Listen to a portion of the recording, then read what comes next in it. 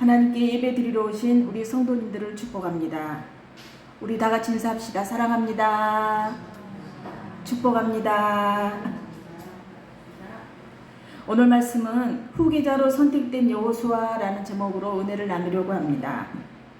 하나님께서는 당신의 구속의 역사를 한 사람을 통해 시작하시기도 하시고 또 한 세대를 넘어서 이어가기도 하십니다. 모세는 이스라엘의 위대한 지도자였습니다. 그는 출애굽의 사명을 감당했고 시내산에서 율법을 받았으며 40년 동안 광야에서 백성을 이끌었습니다. 그러나 가나안 땅에 들어가는 사명은 모세가 아니라 여호수아에게 주어졌습니다.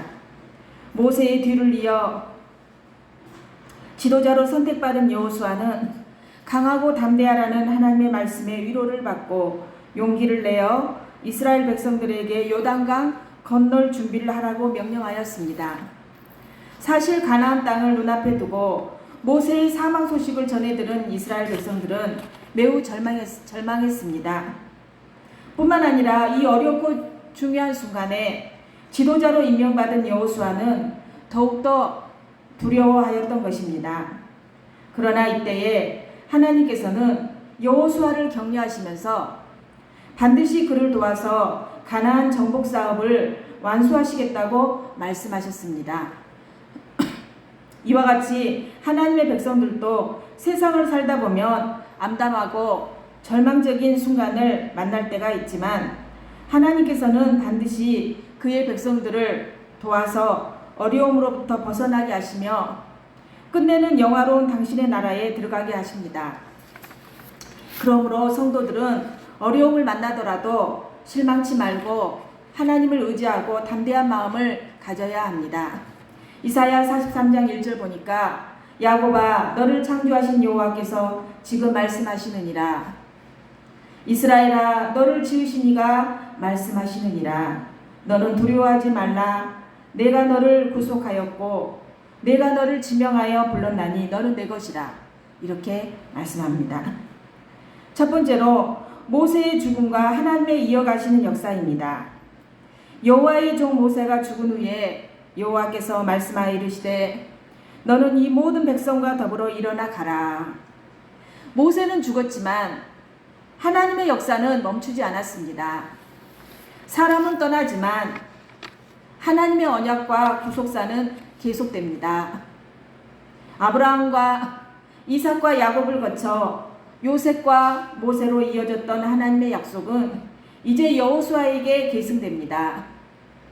이는 교회 역사에서도 같습니다. 유대한 신앙의 선배들은 세상을 떠나지만 복음은 끊어지지 않고 다음 세대로 이어집니다. 1절에 보니까 모세의 수종자 눈의 아들 여호수아라고 말씀합니다. 여호수아는 이스라엘의 지도자가 되기 전에 오랫동안 모세를 섬기면서 이스라엘의 지도자가 느껴야 하는 고민을 조금이나마 체득할 수 있었습니다. 이와 같이 지도자는 먼저 남을 섬기는 훈련을 통해서 참된 일꾼의 자질을 갖추는 것이 선행되어야 합니다. 그러므로 주의 종들은 남을 가르치며 지도자로서 자처하기 전에 먼저 자신이 목회자로서 남을 섬기는 자세를 갖추고 있는지 돌아보아야 합니다. 하나님은 여호수아에게 이스라엘 백성들을 거느리고 요단을 건너 가나안 땅으로 들어가라고 명령하셨습니다. 원래 이 일은 모세가 해야 될 일이었지만 모세가 죽었기 때문에 하나님께서는 모세를 대신해서 여호수아에게 이 일을 수행하도록 명령하셨습니다. 결국 이 명령은 하나님께서 여호수아를 이스라엘의 지도자로 임명했다는 것을 의미합니다. 이처럼 하나님의 일을 수행하는 자들은 하나님으로부터 친히 자신의 일꾼으로 인정받고 임명받는 사람이어야 합니다. 그러므로 하나님의 일꾼들은 사람들로부터 인정받기 위해서 노력할 것이 아니라 하나님에게 인정받는 사람이 되어야 합니다.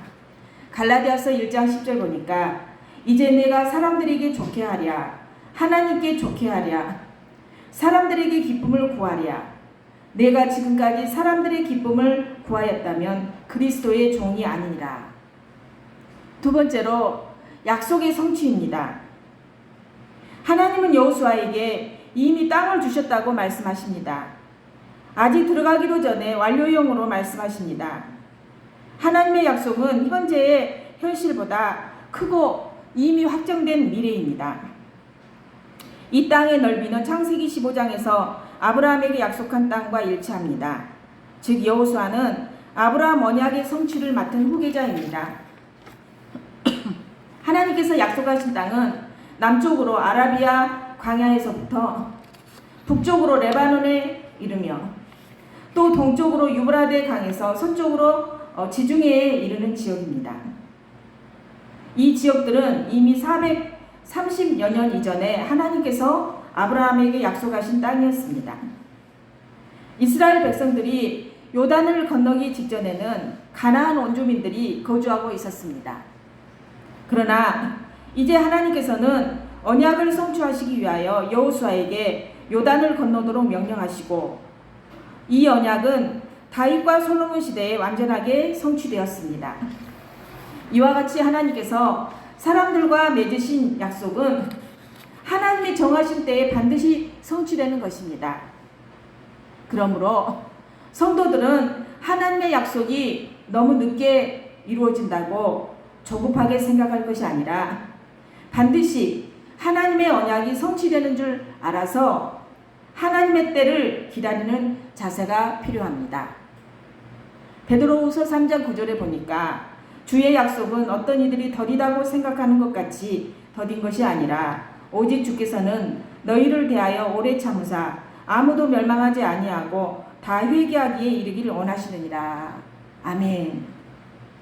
가나안 땅은 단순한 땅이 아니라 장차 예수님 안에서 주어질 영원한 안식을 예표합니다. 여호수아가 땅을 분배했지만 참된 안식은 오직 예수께서 완성하십니다.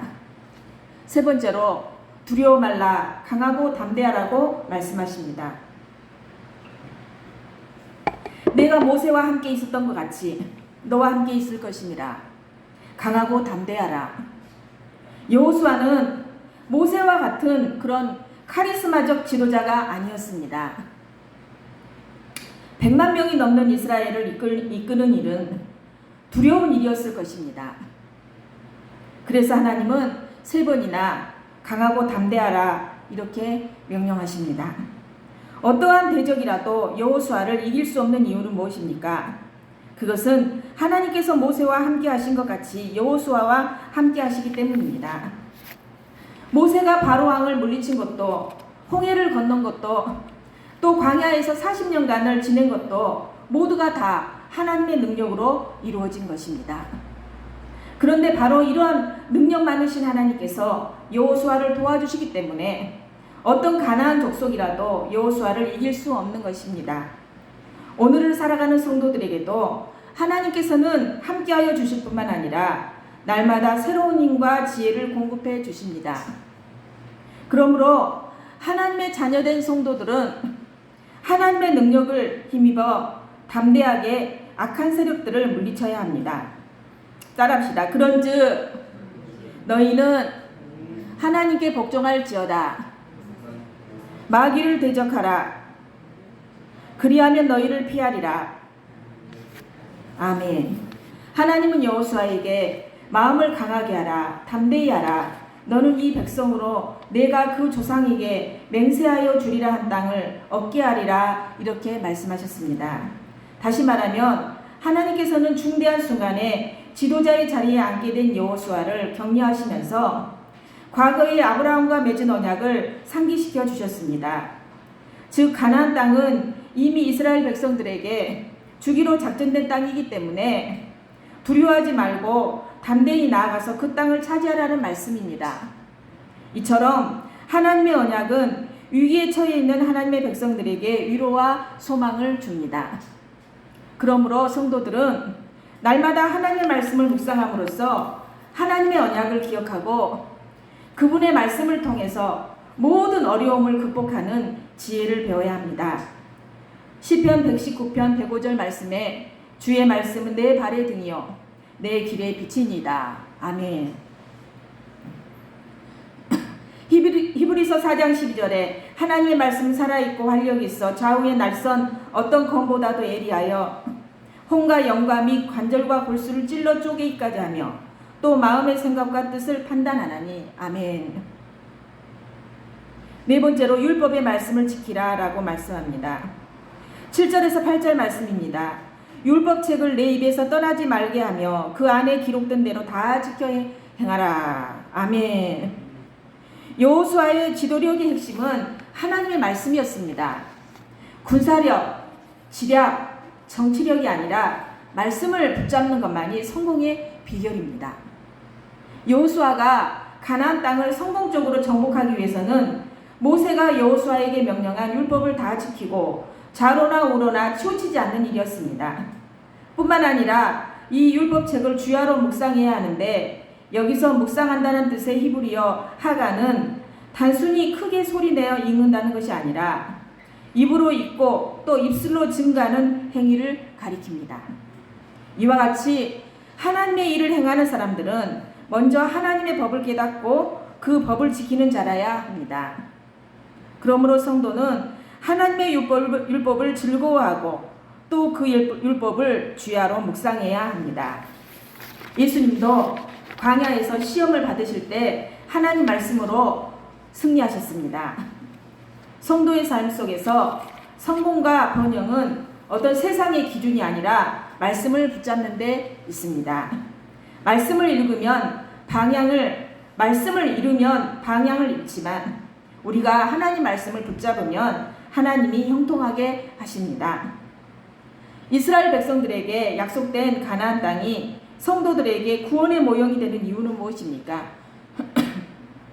그것은 이스라엘 백성이 가나안 땅의 크고 아름다운 성읍과 집 우물을 소유하게 되었고 또 포도원과 감람 나무들도 그냥 얻을 수 있었기 때문입니다. 뿐만 아니라 가나안 땅은 골짜기와 산지에서 시내와 샘이 흘러내려 비옥했기 때문입니다. 또한 가나안 원주민들이 이스라엘 백성들을 당해낼 수 없었기 때문에 가나안 땅은 이스라엘 백성들에게 승리가 보장된 땅이기도 했습니다. 이와 같이 우리가 장차 얻게 될 정도 하나님께서 이스라엘 백성들에게 주신 가나안 땅과 마찬가지로 온갖 아름다움과 승리와 기쁨이 있는 곳입니다. 그러므로 우리들은 마지막 날에 들어갈 천국을 사모하는 마음으로 날마다 새 하늘과 새 땅에 소속된 자로서 하나님의 뜻을 따라 생활해야 합니다. 베드로후서 3장 12절에서 13절 보니까 하나님의 날이 임하기를 바라보고 간절히 사모하라. 그날에 하늘이 불에 타서 풀어지고 물질이 뜨거운 물에 녹아지려니와 우리는 그의 약속대로 의가 있는 곳인 새 하늘과 새 땅을 바라보도다. 아멘. 다섯 번째로 순종하는 백성입니다. 10절에서 18절 말씀입니다. 여호수아는 하나님 말씀을 듣자마자 즉시 백성에게 명령을 내립니다.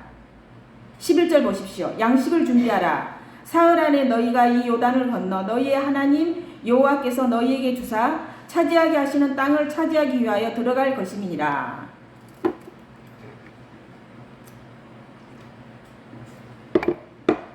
그들은 요단을 건너기 위해서 양식을 예비했습니다. 그런데 이 양식은 군량미로서 이스라엘이 가나안 정복 때 꼭 필요한 것 중에 하나였습니다. 사실 하나님께서는 이스라엘 백성에게 가나안 땅의 소산을 먹기 전까지 만나를 공급하셨습니다. 그럼에도 불구하고 그들에게 양식을 준비하게 하신 것은 그들에게 그 양식이 가끔은 전쟁의 소란 중에 필요했을 뿐만 아니라 무엇보다도 그들이 당신의 말씀을 절대적으로 순종해야 한다는 사실을 가르치기 위해서입니다. 이처럼 그들은 하나님의 말씀에 철저히 순종해야 할 뿐만 아니라 그 전에 먼저 이스라엘 백성들은 하나님의 언약을 기억하고 율법을 지켜야만 했습니다. 여호수아가 르우벤, 갓, 므낫세 반지파에게 내린 명령은 무엇입니까? 여호수아는 이들에게 가족들을 요단 동편에 다 남겨두고 다른 지파보다 앞장서서 요단을 건너가서 가나안을 정복하라고 명령합니다. 이것은 모세가 광야에서 이들에게 요단강 동편의 땅을 주면서 다른 지파와 더불어 가나안 정복 전쟁에 참여할 것을 명령하였기 때문입니다. 그래서 루벤, 갓, 므낫세 반지파는 비록 그들이 요단강 동편의 땅을 차지했지만 자기의 형제들을 돕기 위해서 요단강을 앞장서서 건넜던 것입니다. 그러므로 이미 하늘나라를 소유한 우리 성도들도 그렇지 못한 우리 형제들이 천국 백성이 될 수 있도록 함께 힘써 도와주어야 합니다. 여호수아가 내린 명령에 대해 루벤, 갓, 므낫세 반지파는 여호수아의 명령을 다 지키고 그가 보내는 곳에는 어디든지 갈 것이라고 대답합니다. 뿐만 아니라 그들은 평소에 모세의 말을 순종한 것 같이 여호수아의 명령을 순종할 것이며 또 하나님께서 모세와 함께 하신 것 같이 여호수아도 함께 계실 것을 강구하였습니다. 나아가서 루벤, 갓, 므낫세 반지파는 여호수아의 말에 불순종한 자를 처단하도록 당부하면서 오히려 여호수아를 격려해 주었습니다. 이것을 볼 때 이들은 비록 지도자가 바뀌었다 하더라도 자기들이 한번 세운 약속을 지키기 위해 노력할 뿐만 아니라 더 적극적인 자세로 그 약속을 수행하기 위하여 애쓰고 있다는 사실을 알 수 있습니다. 하나님이 세우신 지도자를 통해 역사하시기에 백성의 순종이 곧 하나님의 역사에 동참하는 길이 됩니다. 이는 바로 교회가 목회자를 세우신 하나님께 순종할 때 나타나는 영적 원리와 같습니다. 여호수아는 모세의 뒤를 이어 이스라엘을 약속의 땅으로 인도할 후계자로 세움받았습니다. 그러나 여호수아 자신도 완전한 구원자는 아니었습니다. 그는 땅을 분배했지만 참된 안식과 영원한 구원은 주지 못했습니다. 즉 여호수아는 장차 오실 예수 그리스도의 그림자 예표였습니다. 여호수아는 가나안 땅으로 인도했고 예수 그리스도는 영원한 하나님 나라로 인도하십니다.